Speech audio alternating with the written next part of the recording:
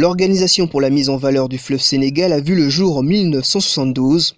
Elle a été créée dans le but d'exploiter les potentialités du fleuve et ainsi d'en faire bénéficier les riverains des 4 pays qu'il traverse. Est-ce que le visage que nous connaissons du nord du Sénégal aurait été celui-là si l'OMVS n'avait pas existé? Est-ce que Dagana, Podor, toute cette belle vallée du fleuve Sénégal que nous avons aurait été celle-là aujourd'hui sans le barrage de Diama? Singulièrement, non.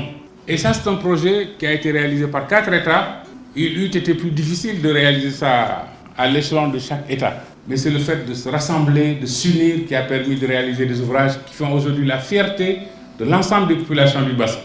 Il est très difficile aujourd'hui dans le monde de trouver des organisations qui ont été créées et qui ont pu résister à tous les aléas pendant 50 ans et qui sont restées aussi dynamiques, sinon plus dynamiques qu'avant. Donc félicitations à tous nos États, aux différents responsables du système qui sont passés et chacune de ces autorités a fait tout ce qu'elle pouvait pour maintenir le flambeau. L'une des tâches assignées à l'OMVS lors de sa création est l'autosuffisance alimentaire. Pour ce faire, l'institution a misé sur l'agriculture irriguée. Mais les remontées d'eau de mer constatées à certains endroits ont poussé l'organisation à construire des barrages hydrauliques à Manantali et à Diama. C'est pourquoi le barrage de Diama a été construit, parce que sans le barrage de Diama, l'agriculture irriguée dans la vallée n'avait pas beaucoup de chance à cause de la remontée de la langue salée. Donc Diama a été construit, mais Diama tout seul ne suffisait pas. Il fallait plus en amont un autre ouvrage à but multiple qui est Manantali, qui a été construit au Mali, pour qu'en combinaison avec Diama, on puisse avoir de l'eau dans la vallée avec les endiguements. C'est ce qui fait aujourd'hui qu'on a un potentiel irrigable d'environ 409 000 hectares. Ce lancement officiel du cinquantenaire a été l'occasion pour l'OMVS de relancer le comité consultatif des partenaires au développement. 30 ans après, cette composante s'est de nouveau réunie.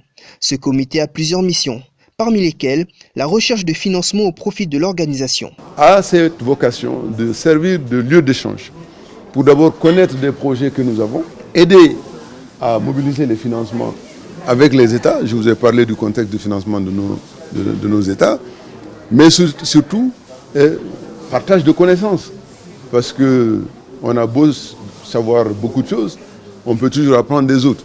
Et les bailleurs de fonds qui ont cette capacité à être véritablement à l'écoute, ce que l'OMVS a réalisé l'a été en partie et en grande partie avec eux, avec les partenaires au développement.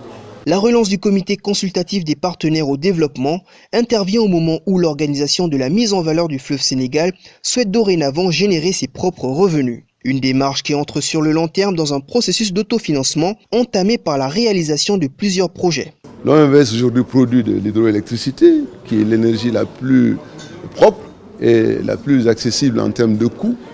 L'OMVS va produire du solaire, qui est une énergie renouvelable. Au moment où nous parlons de changement climatique et d'adaptation, l'OMVS va booster le secteur de la navigation, qui est également un secteur marchand. L'OMVS, beaucoup ne le savent pas, a de la fibre optique, parce que sur toutes les lignes que nous construisons pour transporter l'électricité, nous mettons de la fibre optique. Pour les sociétés de télécommunications, c'est une source de richesse. Le haut-commissaire a profité de cette cérémonie pour lancer un appel aux riverains du fleuve. Il les exhorte à préserver ce patrimoine commun, vecteur de croissance économique.